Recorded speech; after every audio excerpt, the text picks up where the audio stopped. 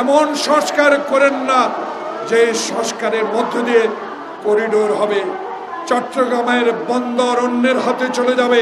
কাদের পরামর্শে, সলা পরামর্শে, কাদের কান কথায় এখনো নির্বাচনের তফসিল ঘোষণা করা হয় নাই।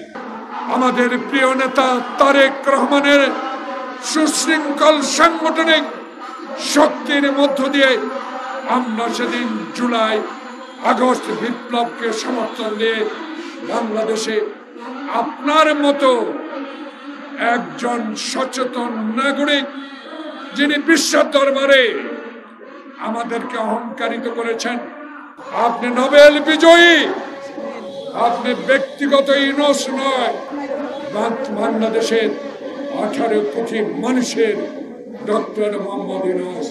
কিন্তু গতকাল আমি বিস্মিত হয়েছি, আপনি নাকি, আমি পত্রিকায় দেখেছি, কতটুকু সত্য আমি জানি না, আপনার এনসিসি নেতাকে বলেছেন আমার পদত্যাগ করা ছাড়া কোনো উপায় নাই। কতটুকু সত্য আমি জানি না। আমি ইউটিউব, পত্রিকা, টেলিভিশন, আমার মনটা বড় খারাপ হয়েছে। এই জন্য আপনাকে কি জন্য বসিয়েছিলাম, আপনাকে কেন বসিয়েছিলাম? 9 মাস আপনি কি সেই পথে এগুতে পেরেছেন? পারেন না।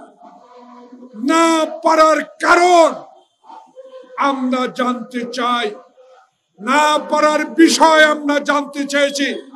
গতকালকার দল থেকে আমাদের স্ট্যান্ডিং কমিটির সিনিয়র সদস্য ডক্টর মোশাররফ হোসেন কি দুঃখে 3 জনের পদত্যাগ চেয়েছেন। তার দুঃখটা এই, আমরা তো চাই না আপনাদের পদত্যাগ, আমরা তো আপনাদের বসিয়েছিলাম। বাংলাদেশের মানুষ যেই জন্য আন্দোলন করেছে, একটি নির্বাচনের জন্য 9টি মাস অতিবাহিত হলো, কেন এখনো নির্বাচনের ম্যাপ দেওয়া হচ্ছে না? তাই আজকে কাদের পরামর্শে, সলা পরামর্শে, কাদের কান কথায় এখনো নির্বাচনের তফসিল ঘোষণা করা হয় নাই। দেশে যেন একটু অস্থিরতা লক্ষ্য করা যায়। এই অস্থিরতার মূল হোতা কারা? এই অস্থিরতার সৃষ্টি কারা করছেন? কারা নির্বাচনকে দেরিতে করতে চাচ্ছেন? এই বিষয়গুলো তো আমরা আপনার মতো মহান ব্যক্তির কাছে জানতে চেয়েছিলাম। আপনি নাকি বলেছেন জুলাইতে নির্বাচন হবে। জুলাই হবে না, ডিসেম্বরে হবে। রোড ম্যাপটা দিলেই তো যারা আন্দোলনে ছিলাম, যারা হাসিনার আমলে আয়না করেছিলাম, যারা আন্দোলন করে লক্ষ লক্ষ মামলা খেয়েছেন, তারা আপনার সাথে বসতে পারত। কিন্তু এখনো তো নির্বাচনের ম্যাপটা ঘোষণা করলেন না। তাই আমাদের সন্দেহ, তাই আমরা মনে করি দাবি কোনোদিনও গ্রহণ করবে না। এই দোষ আমাদের না, এই দোষ আমাদের ঘাড়ে দিতে পারবেন না। কারণ আমরা তো আপনার কাছে নির্বাচন চাই। সংস্কার করেন, এমন সংস্কার করেন না যে সংস্কারের মধ্য দিয়ে করিডোর হবে, চট্টগ্রামের বন্দর অন্যের হাতে চলে যাবে।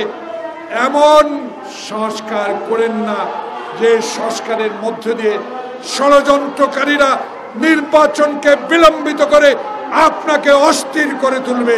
তাই আপনি অস্থিরতা কাটাতে হলে আপনাকেই অচিরে, আজকে, কালকে, পরশুর মধ্যে হলেও আপনাকে নির্বাচনের তফসিল ঘোষণা করতে হবে। আপনি যদি এই অস্থিরতার কারণে এই নন্দিত লোকটি নিন্দিত হয়ে বিদায় নেন, আমরা মনে কষ্ট পাব। ইতিহাসে আপনার নামটি সন্ন্যাস করে লেখা থাকুক, আপনি শাহাবুদ্দিনের মতো একটি নির্বাচন দিয়েছেন, আপনি দিনের ভোট দিনে করেছেন, আমার ভোটাধিকার আপনি প্রতিষ্ঠিত করেছেন।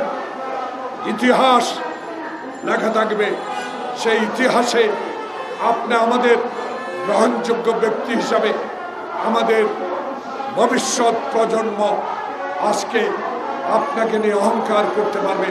তাই আপনার কাছে অনুরোধ, অনতিবিলম্বে এই 3 জনকে উপদেষ্টা পরিষদ থেকে আপনি চিঠি দিয়ে দেন, অনুরোধ করেন তারা যেন নিজেই পদত্যাগ করে, নাহলে 3 জনকে এই উপদেষ্টা পরিষদ থেকে আপনাকে বিদায় করতে হবে। বাংলাদেশে অবিলম্বে মানুষের আশার একটি নির্বাচনের তারিখ ঘোষণা করবেন।